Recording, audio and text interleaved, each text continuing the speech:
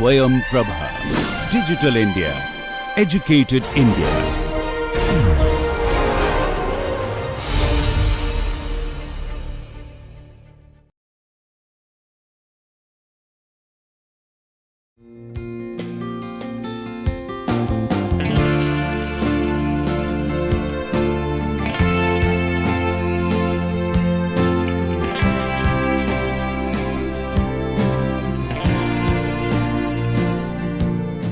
So, the last lecture we looked at the approximate liquid phase analysis except in a heuristic way, because you see the complications about these kind of problems are that you can never do the full math, okay, because the full math itself are basically research problems. Okay.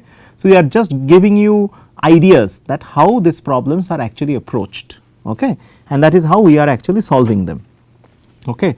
So, here we are going to put forward a comprehensive droplet vaporization model, and that will make things a lot clearer. Okay, a comprehensive droplet vaporization model. Now, what happens in the comprehensive droplet vaporization model is that we are going to look at all the phases now and we try to connect them actually together. Okay, so, that will give you the clear cut idea. So, here what happens is that you are assuming a scenario in which a droplet is injected into a gas field, gas phase flow field, right. Okay. That is where the droplet is actually injected. Okay. So, there are several assumptions that goes with it, that the gas flow is one dimensional. So, that means we are not really concerned so much about the gas flow. The initial droplet velocity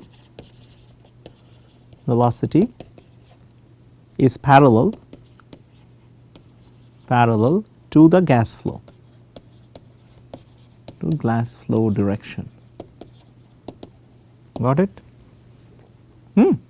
So, it is like a droplet that is injected into a gas phase flow field, the droplet is velocity is parallel to the gas flow.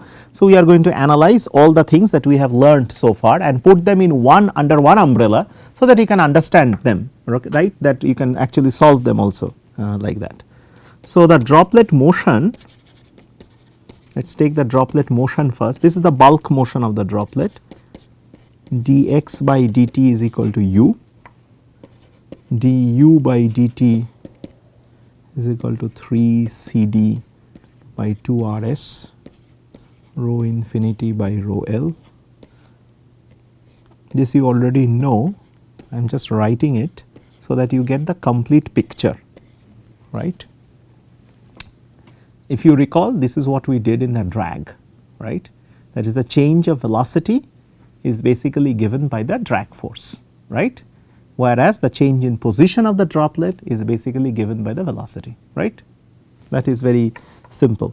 And dRs by dt, that is the rate of change of droplet diameter, is basically the vaporization rate, like that, right. And what did we learn earlier? That CD, the drag coefficient, is basically a function of Reynolds number, right, the external Reynolds number, where that Reynolds number once again is given by u infinity minus u Rs by. Okay. Now, this is basically what? This is the free stream density,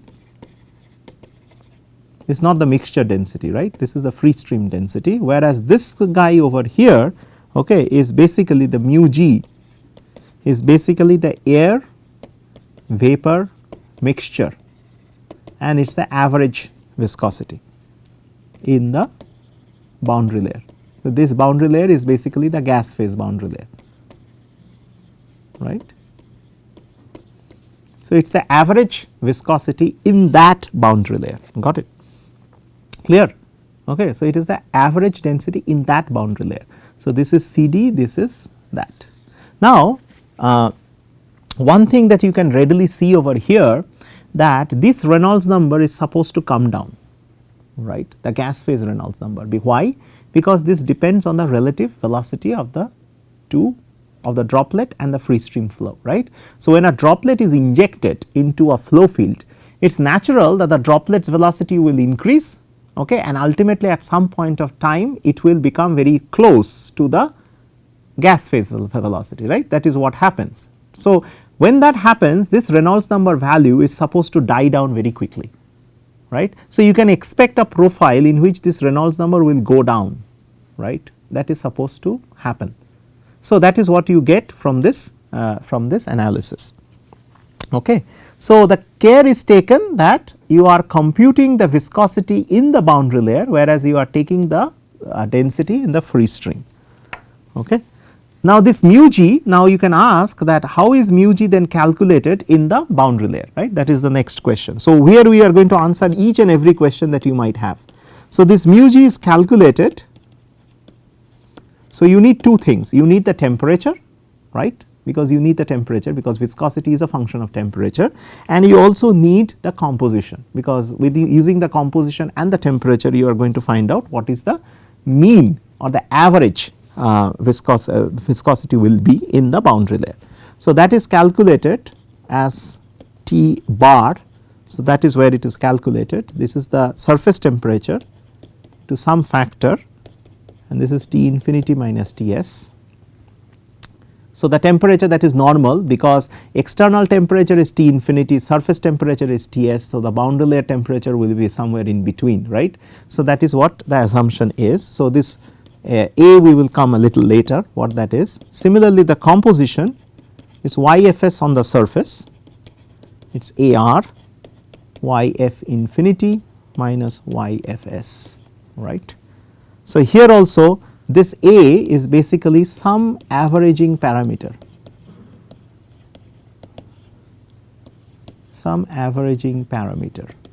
okay, and usually the value is 1/3. This is in some literature it is called the 1/3 rule. Okay. So, it is basically what it means is Ts plus 1/3 T infinity minus Ts. So, this is like a weighting. Okay. So, it is not like just the mean of the two, it is not like Ts plus T infinity by 2, it is not like that, right, because the temperature is predominantly Ts and there is a little bit of a contribution coming from the difference, right. So, this is, and similar thing happens with composition. Okay. It is not Ts plus T infinity by 2, that is wrong. Okay. So, this has come through experiments and empirical correlations, that this is called the 1/3 rule. This is how this viscosity is actually calculated. So, you can see it is biased more towards Ts than towards T infinity, you can see that, right, because it is a 2/3 1/3 kind of a rule, right. So, it is a 1/3 rule, that is what actually we call it in the literature, right. Okay.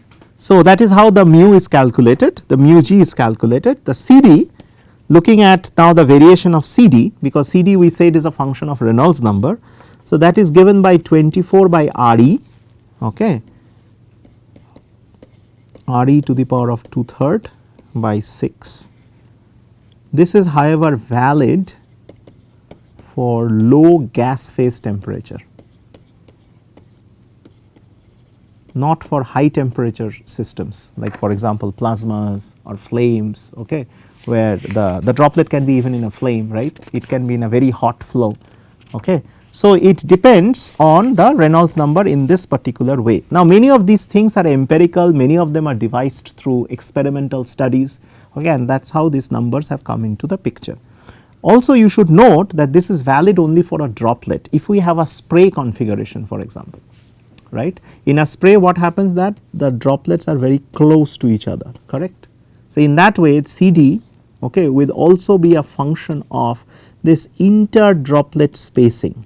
Let us call that some d prime. So, this d prime. So, it will be dependent on that inter droplet spacing also, right, in some way, we do not know how. That is why it is very hard to measure the CD for a cluster of droplets, because you do not know how they are going to behave, right. So, this is a empirical formulation valid for a single droplet.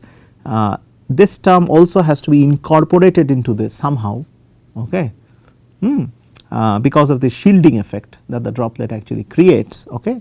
So, the CD, how the CD will depend on that, that is also an open ended question, got it.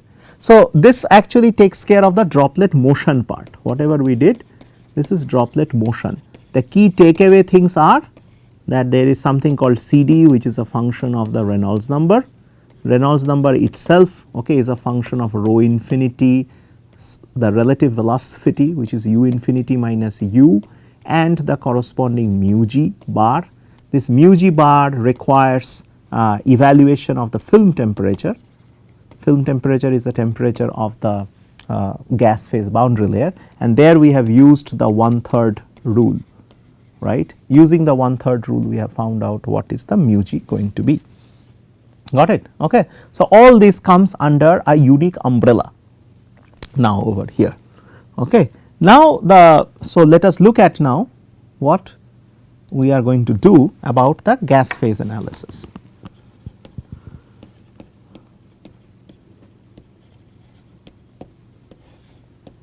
Now, the gas phase analysis, okay, you should consult the previous lectures that we did, okay. And if you have forgotten some part of it, let me just recollect that gas phase heat and mass transfer are quasi steady. We have already explained many times why it should be quasi steady. We will do that one more time. Okay. Pressure drop in gas is negligible. Drop in gas is negligible. Okay. And thermophysical properties are evaluated at some reference temperature and is considered constant. Thermophysical properties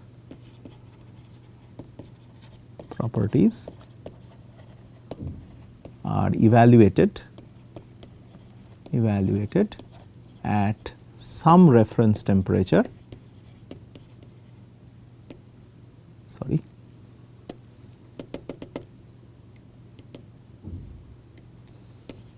reference temperature and assumed constant.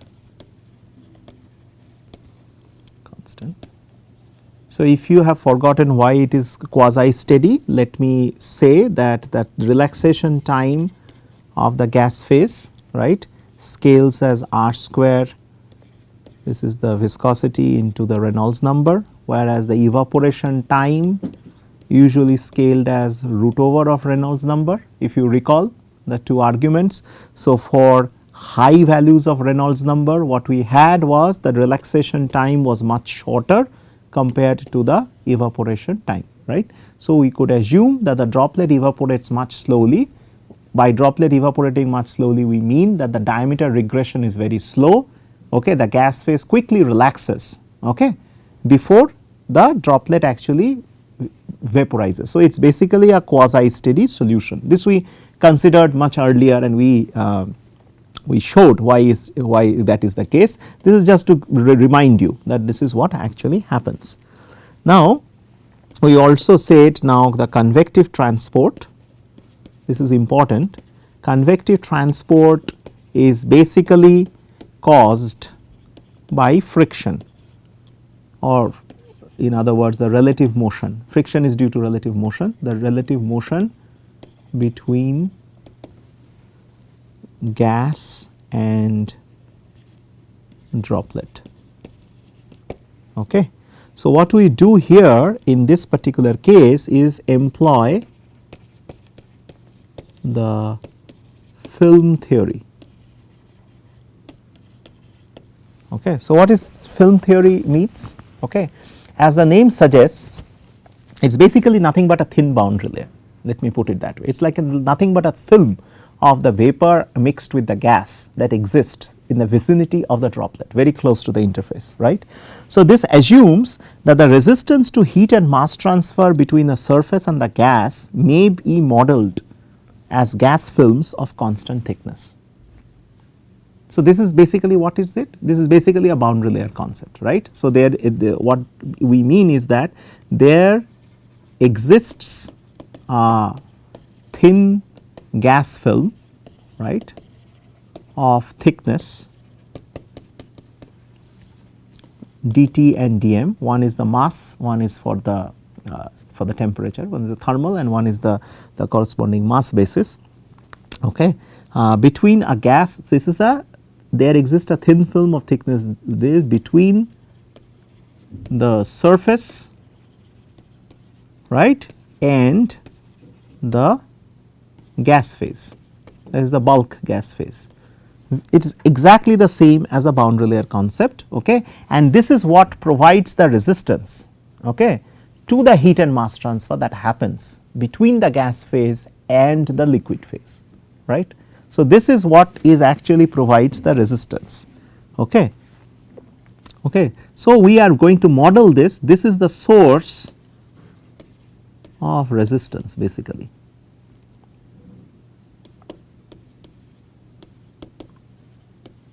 Got it?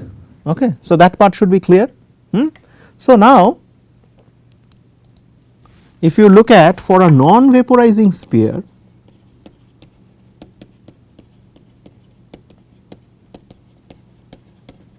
for a non vaporizing sphere, what happens is that delta T naught is given by 2 R s divided by Nusselt number 0 minus 2, and we will come to that, the corresponding MO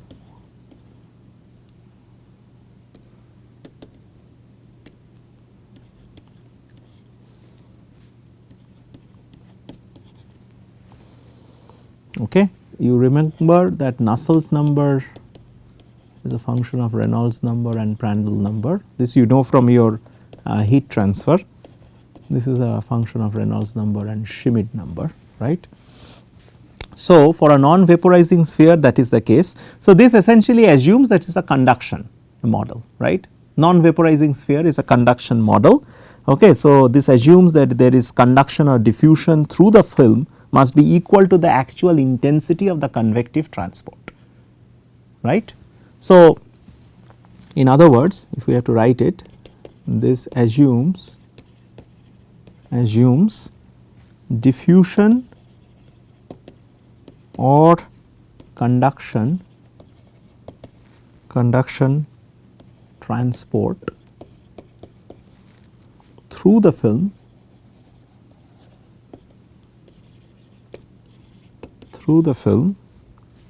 must be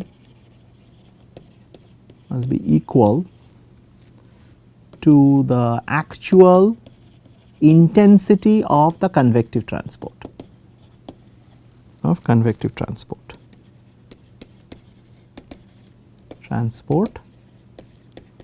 between surface and flow. Got it? Okay. So, for evaporating droplet, some expressions, same expressions are used basically. So, this is for non evaporating, right. So, for evaporating droplet, so that was non evaporating, so you could get that very easily done. For non evaporating we use the same thing, now we incorporate the effect of surface blowing, okay. So, what happens in the evaporating droplet is that you vaporize the liquid, right. So, there is some kind of a surface blowing. So, this is almost equivalent to the problem that you have a flow over a flat plate, there is some kind of a surface blowing happening through the plate. What happens with that? The boundary layer gets actually extended, right. So, there is a thickening of the laminar boundary layer, so to say, right. So, imagine the same thing is like a droplet, there are vapors are being vented out, right, because of evaporation rate, right. So, if there is a boundary layer that existed on the liquid surface, right, on the liquid surface there is some kind of a boundary layer, right, that boundary layer usually is extended or it becomes thicker, okay. So, this is called the surface blowing or Stefan's flow. So, it affects Stefan's flow basically affects delta T, delta M, etc. Okay. So, in other words it thickens the boundary layer, right, it thickens the boundary layer, that is what it does, right. So, in other words, to take into account that thickening, we introduce correction factors. So, the correction factors are Ft is basically given by dt by dt 0, and so it is basically just but some ratio. So, this is m divided by dm 0, right. So, these were basically for the non vaporizing cases, right. Now, if we assume that the distribution of temperature and fuel vapor are uniform across the droplet surface, okay, we can safely comment that Ft is basically a function of the Spalding heat transfer number, and Fm is basically a function of Bm, that is the mass transfer number. This happens because we have uniform temperature and concentration and fuel vapor concentration along the droplet surface.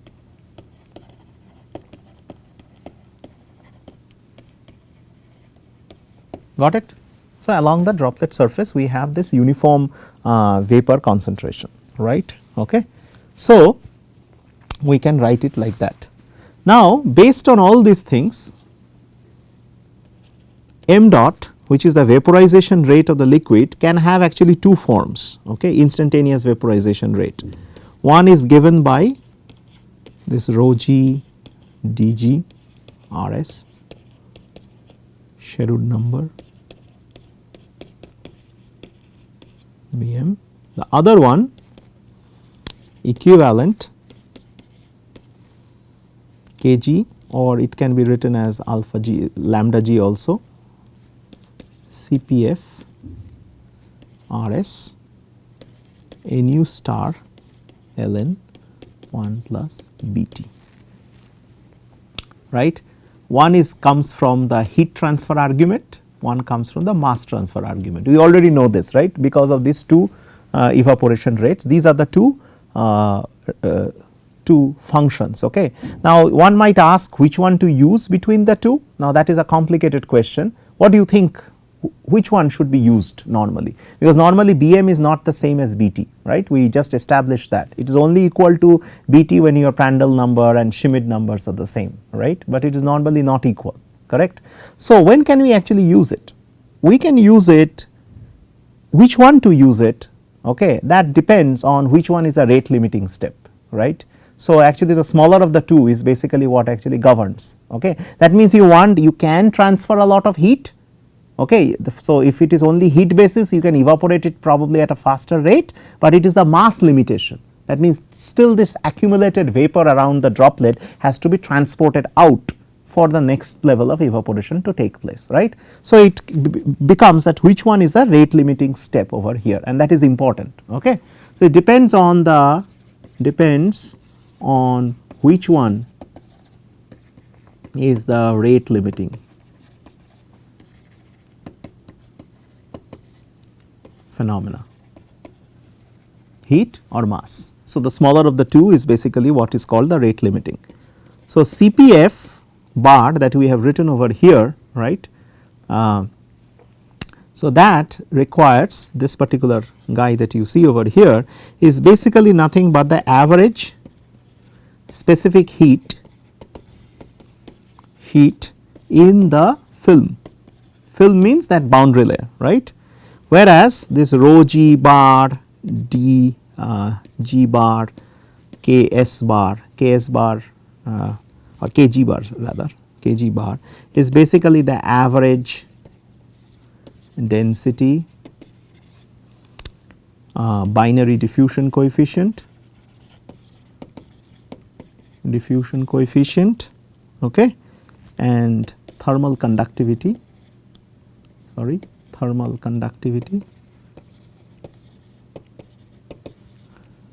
of gas mixture in the film, okay, got it. So, that is how you evaluate it. The evaluation part is not that difficult, okay. So, we have also introduced two numbers like Sherwood number star, that is basically 2 plus the Sherwood number for the non vaporizing case divided by this Fm that we just now said, okay. Similarly, there is a Nusselt number counterpart to it, that is nothing but 2 plus Nusselt number 0 minus 2 divided by Ft. Okay. So, you can imagine that when there are no surface blowing effect, this becomes the same as the Nusselt number 0, right. This also becomes the same as this. So, when there is no evaporation means Fm is equal to 1, Ft also will become equal to 1. So, naturally what happens when this becomes 1, this 2 and that 2 gets cancelled, you are left with the Nusselt number 0, right. So, that means it is the same as a non-vaporizing sphere, which is quite obvious, right. Okay, when there is surface blowing, you have a different value of Sherwood number and Nusselt number because of that surface blowing effect, because of the thickening of the laminar boundary layer and things like that, right. Okay. It is also imperative to write once again to remind you guys that what is the Bm. So, Bm was Yfs minus Yf infinity minus Yfs, and the corresponding Bt was Cpf bar. This is once again I have written it as, we could have written it as Hs also, that was not a problem, and this is L effective, where L effective, if you recall, was the latent heat plus it can be any QL by m dot also. Remember, this QL was the amount of heat that was going inside the liquid phase, right. Okay. And L was basically the latent heat. If you recall your earlier classes, that is what we did in those classes as well. Got it? Okay. So, now that this stars are basically called the modified Nusselt numbers, right. Star, SH star are modified Nusselt numbers. Nusselt numbers. The actual Nusselt numbers are, these are modified, right. Actual Nusselt numbers are, actual Nu and Sh are, this is given from the first definition, right. If you look at the definition of Nusselt number, this is what the definition is. At the surface, right, that is what Nusselt number is, right, and Sh is given as 2 Rs divided by Yfs minus Y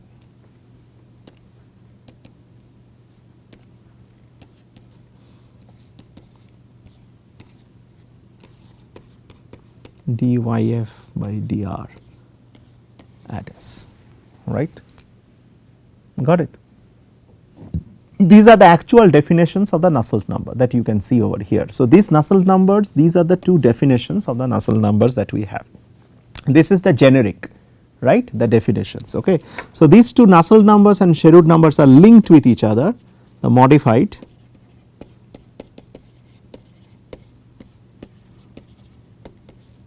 and this Nusselt number is given as Nusselt number star ln 1 plus Bt divided by Bt.